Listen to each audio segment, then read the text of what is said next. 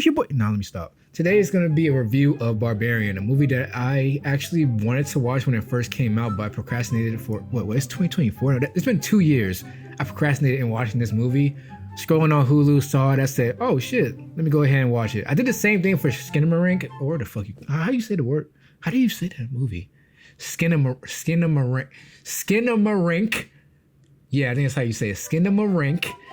I procrastinated watching that movie too, which I will do a video on at some point. Like I said, the movie was made in 2022 and we have Bill Skarsgård and Justin Long in it. Every time I see Justin Long in a movie, he's always like some dickhead. It's besides Jeepers Creepers, the first one, he's always been like this like douchebag in all his movies. But I still love everything he's in though. He's a really good actor. But here's the description of the movie if you haven't seen it. This is what it says on Film Synopsis.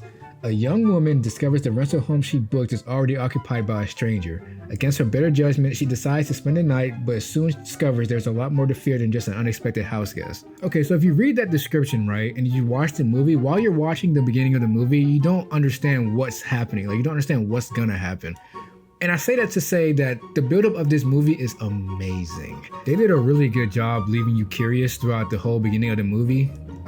Me personally, I didn't know what the hell was going to happen until it did happen. One of the lead roles was played by Georgina Campbell. I don't really recognize her from anything. I don't remember seeing her in any other movies. I probably did, but I just can't remember her face. Okay, so this is the spoiler section of the video because I'm going to be talking about things in the movie. So if you don't want to be spoiled, want to go watch it yourself, go ahead and come back to the video. But if you don't care, then I guess stay and listen. So the main character, Tess, who's played by Georgina Campbell, and Keith, who's played by, Pennywise the dancing clown himself. They both ordered an Airbnb and it was like some type of mishap where they both are booked for the same exact night. So they had to stay together in that Airbnb to like figure out what was going on. And this is where the movie tricks you. It makes you think that Keith is some weird guy that's gonna do something to her at some point in the movie, but boy, oh boy, was I wrong to think that. So Tess was about to go and find another hotel somewhere else, but Keith said, just take the bed and I'll take the couch and you can sleep there and figure it out in the morning. So that's what they do. So what happens next, Tess wakes up in the middle of the night to find her door is wide open and she didn't open the door. So she went out there to see if Keith did it. Keith was still asleep. For me, that's strike one. I would've been the fuck out of there as soon as that happened. Oh, you didn't do it? Okay, we out. All I need is one strike. That's all I needed, but they stayed for some odd reason. Also, I'm not gonna be giving like every single minute detail about the movie. I'm gonna leave it open for you guys to go watch it yourselves. So I'm gonna be like skimming past like certain details and stuff that you guys can probably go look at the movie and watch yourself. Because that's what I do over here at the Lost Found Footage. Leave your mind open to the curiosity of the movie. I want you to go watch it. I want to convince you guys to go watch these movies. That's what I'm here for. That's what I do. That's what I'm doing this for. So back to the movie. When they woke up in the morning, Keith was gone because he had some errands to run. He left like a little note. But she had to go do a job interview. That was the whole reason she was staying in an Airbnb in town. So she wanted to go do that. Came back home and started to turn to Dora the Explorer for some reason. Actually, I take that back. That was mean of me. She actually isn't Dora the Explorer. I made her seem like a complete dumbass. She wanted to go use the bathroom, right? And there was no toilet paper left. So she went in the basement where there was more toilet paper.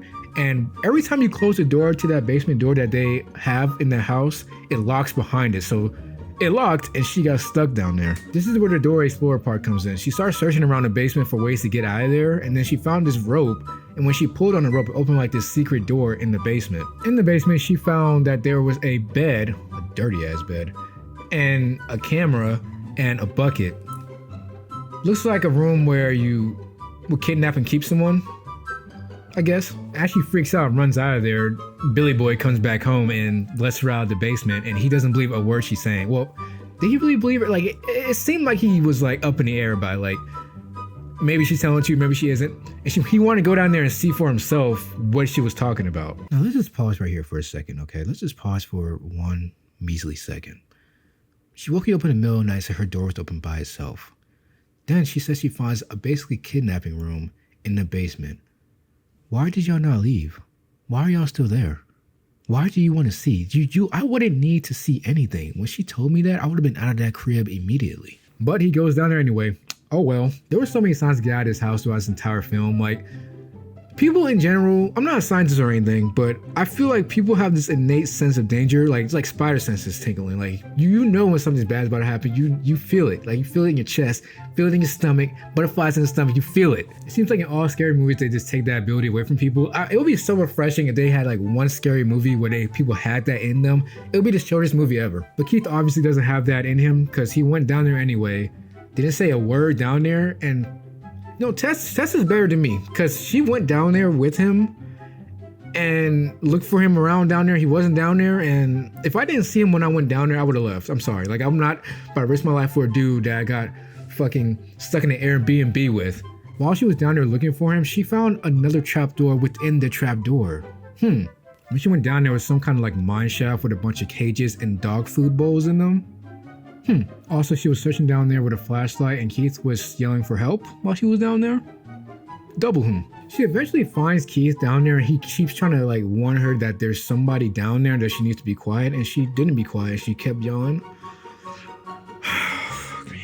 Here's where we come to the big reveal. The monster of the film comes out, grabs Keith by his head and slams it into the wall like 20 times and completely obliterates this motherfucker. So the monster of the movie is actually this emaciated woman that's been living down there for like 40, 50 years. And this movie completely changes pace at this point. And before I get into that, I have to ask the question on whether or not this movie is supernatural or not, because there's some supernatural aspects to this movie that doesn't make sense to me. I'm gonna skip around here a little bit, but this woman was able to survive a 30-foot fall, rip someone's arm clean off and beat them with it. The amount of strength you need to rip somebody's arm off is like superhuman level.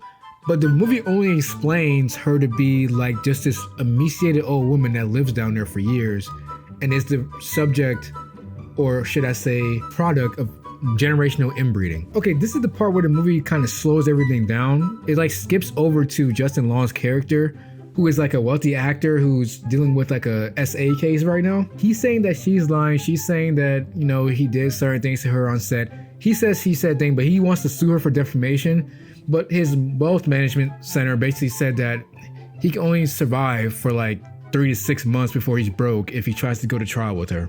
As we know happens in real life, he's getting canceled, money's drying up, he's getting fired from all his other, you know, upcoming jobs. Shout out Jonathan Majors. So Justin Long's character, whose name is AJ, I think I forgot to say it. AJ decides, you know, he needs to make some quick money, so he has to sell some properties that he owns to make money. And one of the properties that he owned is none other than the same property where that old bitch is staying under. And this is where the story connects together. So he goes there to inspect the property, notices that there are bags and clothes there. So apparently nobody was supposed to be even living there in the first place. Long story short, he gets down there, he gets grabbed by the old bitch too. By the way, the old lady in this movie is played by a nigga. This is where the story kind of unfolds a little bit. We get like more information in the movie. So she traps AJ into like this cage where it's revealed that Tessa's alive and down there too. And it's shown that this lady is actually obsessed with having children. So she treats Tess and AJ as if they're like her babies, basically. Has them drinking from bottles and shit. Like, she even tried to put a titty in that nigga mouth at one point. Fast forward, Tess gets out of there, but AJ's still stuck down there. So she is warned by this old man that lives nearby that lady's been living down there for, you know, however many years, like whatever I said earlier. She's been living down there for a long time. And she wants to go back for him. Don't know why, but I guess she's just a nice person, I guess. She tries to get the police attention, but they just don't give a fuck for some reason. Like, it was never explained why they don't care, but the police were just being assholes in this movie for some reason and wouldn't listen to anything she was saying. So fast forward again, Tess goes down there herself to save him. She does, and they go to that old man's house, and he lives in like this like silo because he's homeless. He lives in like this makeshift silo he has, and he thinks that they're safe because she never goes in there, but she busts in there and kills him immediately. You know, remember what I said earlier about ripping the guy's arm off and beating the shit out of him with it? That's exactly what she did to him. Ripped his arm off and then beat the shit out of him with it. So they decide to run on top of the silo, but there's nowhere else to go now. So in the last ditch effort, AJ decides to grab her, Tess I mean, and throw her off the side of the silo.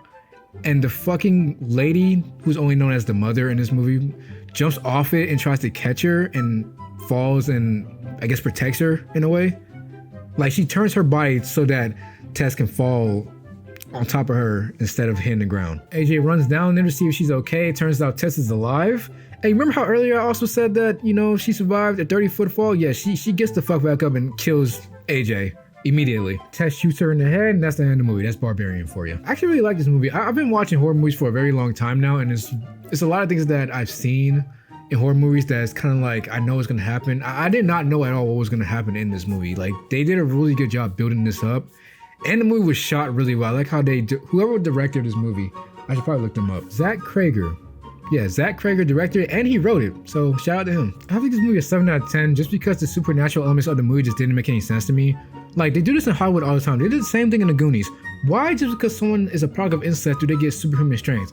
Just because your dad fucked your sister does not mean you get super strength. Took a little hiatus there for a second, but I'm back now. I'm gonna be doing Skinamarink. That's my next video, so look out for that. Appreciate it.